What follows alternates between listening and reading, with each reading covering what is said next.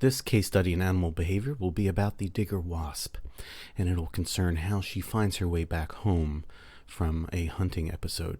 Here is the wasp.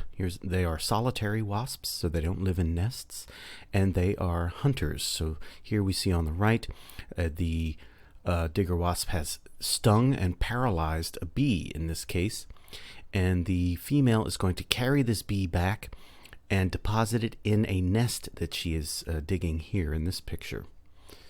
So let's take a look at sort of what's going on here. So she's going to dig a hole, and then she's going to fly off and hunt, find a victim, paralyze it, and then she's going to bring the victim back into the nest hole, where she then will deposit an egg on the paralyzed victim, and then the egg hatches into a larva, and the larva feeds on the paralyzed victim. So this is what she's doing. By making a nest hole, she's creating a chamber for one of her eggs to feed on her hunting victim. The question we're going to ask is, how does she find her way home? She's a small insect, has created a nest hole here, a little chamber, and then she goes off and hunts. How does she find her way home? And at this point, you might pause the video to see if you want to think about some possible explanations for how she finds her way home. One possibility is that she deposits a chemical of some kind in the nest hole that then, of course, the odor molecules would evaporate and sort of spread out into the air, and maybe that's how she finds her way home. She smells her way home. After all, if she's flying towards her home, the concentration of the odor molecule will increase. If she flies away from her home, she'll smell less of the chemical, so she can navigate her way back home using her sense of smell. And for the wasps, they have antennae here that are functioning kind of like our nose. Another possibility is that she makes a visual memory of the surrounding area of her nest hole. And so on her way back, she's going to be looking for signs that she's coming closer to her home. So she's using her sight to find her way back home. In fact, this particular hypothesis does account for why she seems to do a little fly around. When she is ready to go on a hunting journey, she does a little fly around and then leaves to go hunting. Perhaps she's making a sort of a visual memory of the surrounding area. So at this point, then, we have two possible hypotheses, the smell hypothesis and the vision hypothesis. Now, to test these two hypotheses, some clever scientists several decades ago performed the following experiment.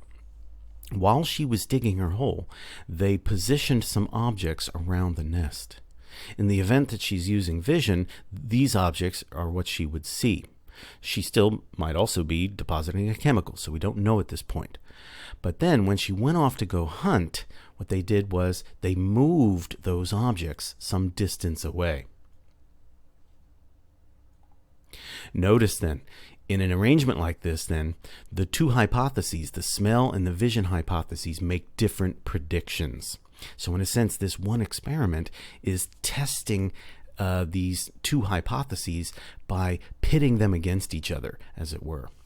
Notice, if she's using her smell, she's going to return to the site of the nest hole itself. That's where the odor chemical was placed. If she's using vision, she's going to return to the displaced objects. So the two hypotheses make different predictions. So this is a nice experiment. It is sort of testing rival hypotheses, and it's good because each rival hypothesis makes a different prediction. And in fact, female wasps actually land amongst these objects here. So the result matches the prediction of the vision hypothesis and does not match the prediction of the smell hypothesis.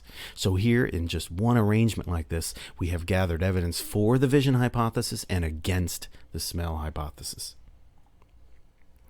So with evidence that she uses vision, the next question on tap here was, what is she focusing on specifically? What is it that she's looking at? And the two possibilities here would be that as she's flying around, she's noticing the identity of the objects, the fact that they are pine cones. So her little wasp brain is kind of saying, oh, there's pine cones near my home. Alternatively, it could be that she's noticing the pattern of the objects. In this case, there's sort of a circular pattern to the objects. And she's not noticing that they're pine cones. Rather, she's noticing that there are some objects that are in a circular pattern. So we have two hypotheses again. Is it object identity or object pattern? If you want to pause the video, you can think of a possible experiment to test those hypotheses against each other. Again, creating a situation where the wasp has a choice, and by the nature of the choice, where she actually lands, it will support one hypothesis and weaken the other. Pause the video if you want to think through what kind of experiment you might do. Well, this was the kind of experiment performed by those same researchers. They used other objects like sticks and put them in the same original pattern, circular pattern. So we have different objects but the same pattern. And then the other choice was the same original objects, pine cones, but in a different pattern. Now notice the virtue of this experiment. Again, each hypothesis makes a different prediction. If she's focusing on the identity of the objects, pine cones, she will land to the right. If she's focusing on the circular pattern of objects, she'll land on the left. Let's practice our if and then reasoning format. If the wasp pays attention to object identity, and we give her this choice here, that's the experimental arrangement, then she should land at the center of the pine cones. In fact, she lands in the center of the sticks. She actually lands over here. Therefore, since the results do not match the prediction, we say the hypothesis is weakened. Alternatively, if the wasp pays attention to the pattern of the objects, and we give her this choice here, then she should land at the center of the sticks, right? Because the sticks are in the same pattern. She actually lands in the center of the sticks. Therefore, the results and the prediction match, and we say the hypothesis is supported. So her actual behavior supports the hypothesis that she's noticing the pattern of objects around her home. Now, why use pattern rather than object identity? Pause the video if you want to think about that for a moment. Why would it make sense for the wasp to pay attention to the pattern of objects rather than the identity of the objects? And one thing you might have come up with is that patterns are more unique out there in the environment. There might be pine cones all over the place. If she's just, noticing that there's a pine cone near her home, well, that's not going to help if she flies away and goes hunting and there are pine cones all over the place.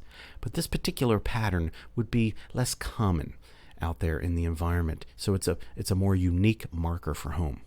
It might also be that there are limitations to her visual system, and that she may not be able to identify the objects at a kind of a close level of detail.